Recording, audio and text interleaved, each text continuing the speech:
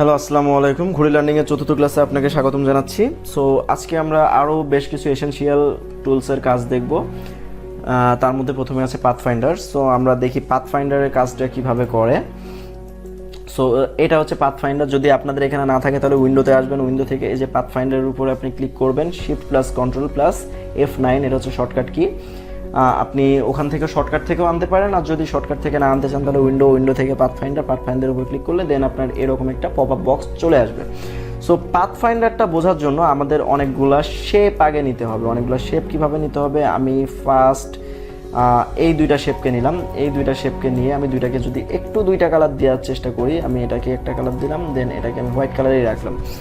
দেন আমি দুইটা শেপ আছে, এখন কিন্তু ভালো করে লক্ষ্য করেন, এটা দুইটা শেপ, এটা একটা শেপ, এটা একটা শেপ। এখন এই দুইটা শেপকে আমি কি করতে যাচ্ছি, আমি এটাকে ইউনিট করতে যাচ্ছি। ইউনিট মানে কি, দুইটা শেপকে আমি একটা শেপে পরিণত করতে যাচ্ছি। আচ্ছা, তার আগে আমি এটার একটা কপি করে রাখি, অল্টারে শিফট ধরে এটার একটা কপি করে রাখলাম। দেন আপনি এটার উপরে ক্লিক করেন, এটা হচ্ছে ইউনিট। আপনি এটার উপরে ক্লিক করলে দুইটা শেপ কিন্তু একটা শেপে কনভার্ট হয়ে গেল। এখন এটা টোটালি একটা শেপ। সো এটা হচ্ছে পাথফাইন্ডারের প্রথম কাজ। সেকেন্ড হচ্ছে আপনি এটার উপরে যদি ক্লিক করেন, আপনার এখানে আইকন দেখে কিন্তু বুঝতে পারবেন যে আসলে কোনটার কাজটা কি। আপনি এটার উপরে যদি ক্লিক করেন তাহলে আপনার দেখেন আপনার শুধুমাত্র এই পাশের টুকু থেকে যাচ্ছে এবং এই পাশের টুকু কেটে যাচ্ছে। সো এটা হচ্ছে আমাদের সেকেন্ডের কাজ। আমরা যদি এটার আর একটা কপি করে রাখি, দেন এটার উপর ক্লিক করি, দেন দেখেন আমরা এটাকে কেটে আর একটা শেপ বানিয়ে ফেললাম। দেন আমরা এটার আরও একটা কপি করে রাখি, দেন আমরা এটাতে নিয়ে যদি এখন কাজ করি, এখন যদি আমরা এটা দেখি আমাদের দুই পাশেরটা কেটে ফেলবে, মাঝখানেটা রেখে দেবে। আমরা যদি এটার উপর ক্লিক করি, দেখেন আমাদের সেম কাজটা করলো, আমাদের এই পাশটা কাটলো, এই পাশটা কাটলো, শুধুমাত্র মাঝখানেরটা রেখে দিল, এই দেখেন।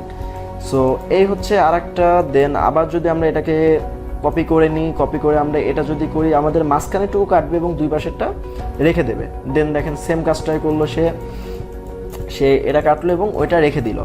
সো নাও আমরা যদি এখন একটু নিচেরগুলোতে আসি, পাথফাইন্ডারের হচ্ছে আমরা নিচের যেই চারটা অপশন আছে, চার পাঁচটা, আমরা এগুলো যদি একটু দেখার চেষ্টা করি, আমরা এগুলোকে একটু সাইড করে রাখি। এখন আমরা এটা যদি দেখার চেষ্টা করি, এটা হচ্ছে ডিভাইড মানে টোটালি ভেঙে ফেলা। কীরকম দেখেন, এটাকেও এখন আমার শুধুমাত্র দুইটা শেপ, এটা একটা শেপ, এটা একটা শেপ। নাও আমি দুইটাকে একসাথে সিলেক্ট করলাম, এটাকে ডিভাইডের উপর ক্লিক করলাম, দেন এটাকে যদি আমি এখন আনগ্রুপ করি তাহলে আমার কি হলো দেখেন, এটা একটা শেপ, এটা একটা শেপ, এটা একটা শেপ, টোটাল তিনটা আমার আলাদা আলাদা শেপ হয়ে গেল। এখন তিনটাতে কিন্তু আমি আলাদা তিনটা কালার ইউজ করতে পারবো। সো এটা হচ্ছে ডিভাইডের কাজ, মানে হচ্ছে ভেঙে ফেলা। তারপরেরটা কি আছে দেখি আমরা, তারপরেরটার উপর যদি ক্লিক করি, দেন ট্রিমের উপর যদি ক্লিক করি তাহলে এটাকে কি হচ্ছে দেখেন, আমাদের মানে এই যে একটা অপশন ছিল, দেখেন এখান থেকে যে আমার এই যে একটা মাঝখানের ভিতরে যে একটা অপশনটা ছিল যেটা ভিতরে ঢুকে গেছে অলরেডি, সেটাকে সে কিন্তু ট্রিম করে দিয়েছে। সো এটা একটা অপশন হয়ে গেল, এটা একটা অপশন হয়ে গেল। সো এটা ছিল হচ্ছে ট্রিমের কাজ। দেন আমরা আরেকটা যদি এখান থেকে এটার উপর ক্লিক করি, মার্জের উপর ক্লিক করলে কি হয় দেখেন, মার্জের উপর ক্লিক করে যদি আমরা আনগ্রুপ করি, সেম ট্রিম এবং মার্জ দুইটা সেমভাবে কাজ করে। সো আমরা আরও একটা অবজেক্টকে যদি নিয়ে আমরা যদি এটার উপরে মার্জের পরে আমরা যদি কর্পের উপর ক্লিক করি তাহলে দেখেন আমাদের চারিপাশ থেকে কর্প করে ফেলে শুধুমাত্র এতটুকু সে রেখে দিল। সো এটা ছিল হচ্ছে কর্পের কাজ।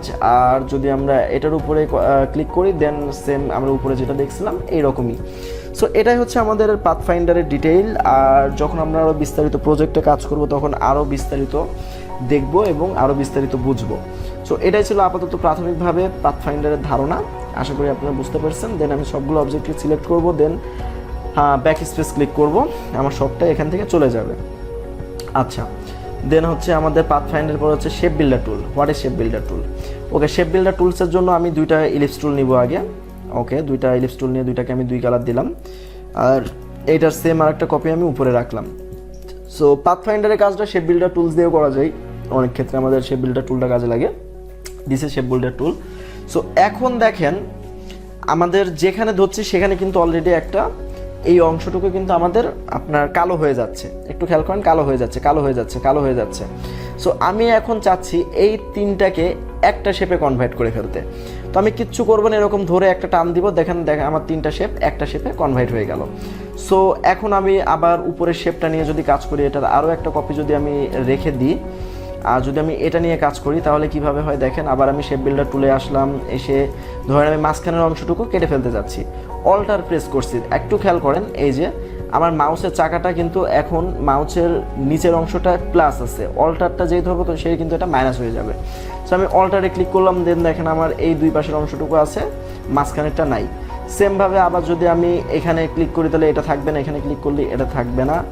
সো এই ছিল হচ্ছে শেপ বিল্ডার টুলের কাজ। এটা যখন আমরা মেইন প্রজেক্টে যাব তখন আরও ভালোভাবে বুঝবো, আপাতত এতটুকু জানলেই হবে। দেন হচ্ছে ট্রান্সফর্ম ইফেক্ট। ট্রান্সফর্ম ইফেক্টের মধ্যে আসলে অনেক কিছু আছে যেটা আসলে বলে শেষ করার মতো না। আমরা যদি ইফেক্ট থেকে আমরা যদি একটু ট্রান্সফর্মে যাই, ঠিক আছে, ডিসঅর্ডার ট্রান্সফর্ম, দেন হচ্ছে আমরা এখান থেকে ডিসঅর্ডার ট্রান্সফর্ম এর ভিতরে আমাদের অনেকগুলা অপশন আছে। ট্রান্সফর্মের ভিতরে যদি আমরা আসি, যেটা আমরা দেখলাম অলরেডি আমরা দেখছি যে আমরা এখান থেকে এটাকে আমরা কপি করতে পারি, কপি করে এটা আমাদের এই সাইডে আনতে পারি, এটা আমরা এই সাইডে আনতে পারি, এটা আমরা এই সাইডে আনতে পারি, দেন এই যে এটা আমরা এদিকে বাড়াইতে পারি, এই যে আমরা এভাবে এটাকে কমাইতে পারি। সো ট্রান্সফর্ম ইফেক্টটা এভাবেই কাজ করে। আপনারা একটু বিস্তারিত এখানে প্রত্যেকটা অপশন একটু ঢুকে ঢুকে ভালো করে চেক করবেন, চেক করলে এটা বিস্তারিত বুঝতে পারবেন। আসলে এখানে বোঝানোর মতো তেমন কিছুই নাই। সো এটা একটু নিয়ে ঘাটাঘাটি করলে আপনি এটা সম্পর্কে বিস্তারিত ধারণা পাবেন। তারপরে যদি কোনো কিছু বুঝতে সমস্যা হয় তাহলে আমাকে পার্সোনালি নক করতে পারেন, আমি এটা দেখাই দিব। আচ্ছা, তারপর হচ্ছে রোটেট টুল। রোটেট টুলটা কিন্তু অনেক মজার একটা জিনিস, সিরিয়াসলি। সো আমি ফার্স্টে একটা ইলিপস টুল নিলাম, ইলিপস টুলটা এভাবে নিলাম। দেন আমি কি করব, আমি এর মাথায় একটা স্টার নিব, একদম সেন্টার লাইন আমি একটা স্টার নিলাম। দেন আমি স্টারটাকে একটু এই জায়গাতে দিলাম, এখানে কিন্তু একটা বিষয় আছে।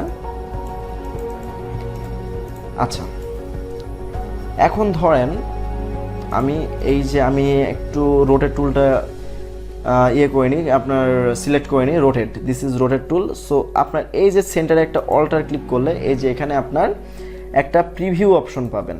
সো প্রিভিউতে দিয়ে আপনি এটাকে কত ডিগ্রি দিতে যাচ্ছেন দিয়ে আপনি এটাকে এখান থেকে রোটেট করতে পারেন। আচ্ছা, এটা আমি একটু ভালোভাবে বোঝানোর জন্য, ধরেন আপনাকে একটা ক্লায়েন্ট একটা লোগো দিল, আমি সেই লোগোটা ধরলাম, এখন ইলিপসটা হচ্ছে আমার সেই লোগো।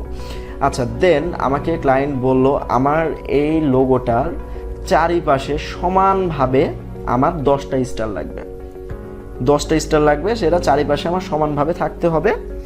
আর আমার লোগোটা হচ্ছে মাঝখানের, এটা সে আমি আপাতত ধরে নিচ্ছি। সো এটা আপনি কিভাবে বের করবেন দেখেন, আমাদের ক্যালকুলেটরটা আমরা যদি একটু ওপেন করি, আমাদের চতুর্দিকে মানে কত, আমাদের এটা হচ্ছে কিন্তু 360, আর আমার বায়ার বলছে আমাকে সে 10টা হচ্ছে তার স্টার লাগবে।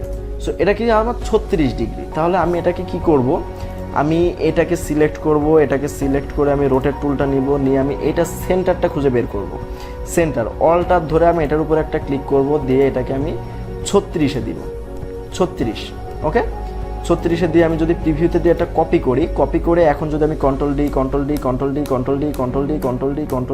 ডি এটা যদি মারতে থাকি তাহলে 1 2 3 4 5 6 7 8 9 10, হ্যাঁ একেবারে 10টা আপনার স্টারই হয়েছে, মাঝখানের লোগোটা আছে, আপনার চারিপাশে আপনি 10টা স্টার পেয়ে গিয়েছেন, এবং প্রত্যেকটা স্টার কিন্তু একটা নির্দিষ্ট আকারে নির্দিষ্ট স্পেসে তারা কিন্তু বসে আছে, এটা কিন্তু কোনোটা কমও নাই কোনোটা বেশিও নাই।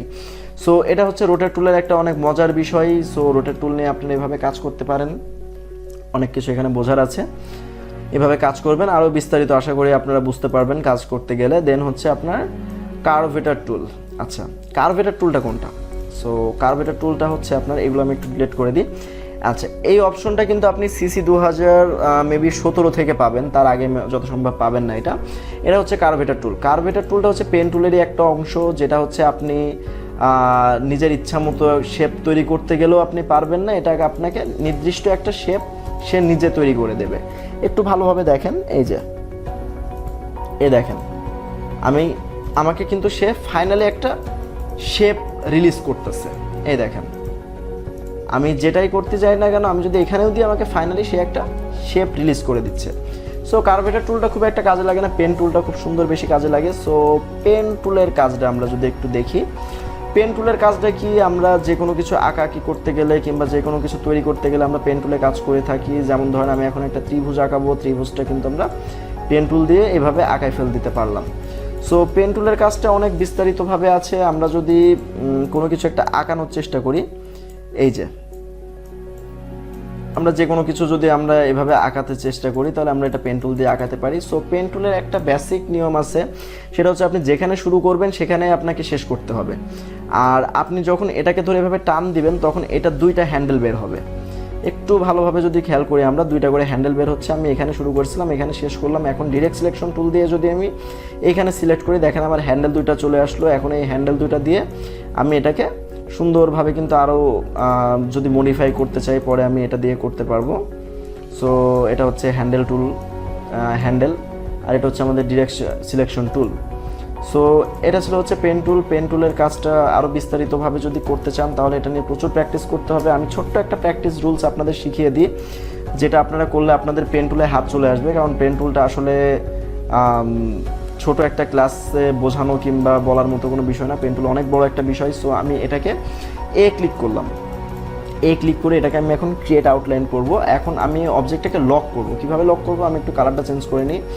আমি এটাকে অবজেক্ট থেকে আপনার লক, অবজেক্ট থেকে লক, এই যে লক থেকে সিলেকশন, শর্টকাট কি হচ্ছে Ctrl+2। আমি এটাকে লক করে নিলাম। একটাকে যখন আমি লক করছি তখন আমি এটাকে যতই ধরার চেষ্টা করি না কেন, এটাকে আমি যতক্ষণ না আনলক করবো ততক্ষণ ধরতে পারবো না।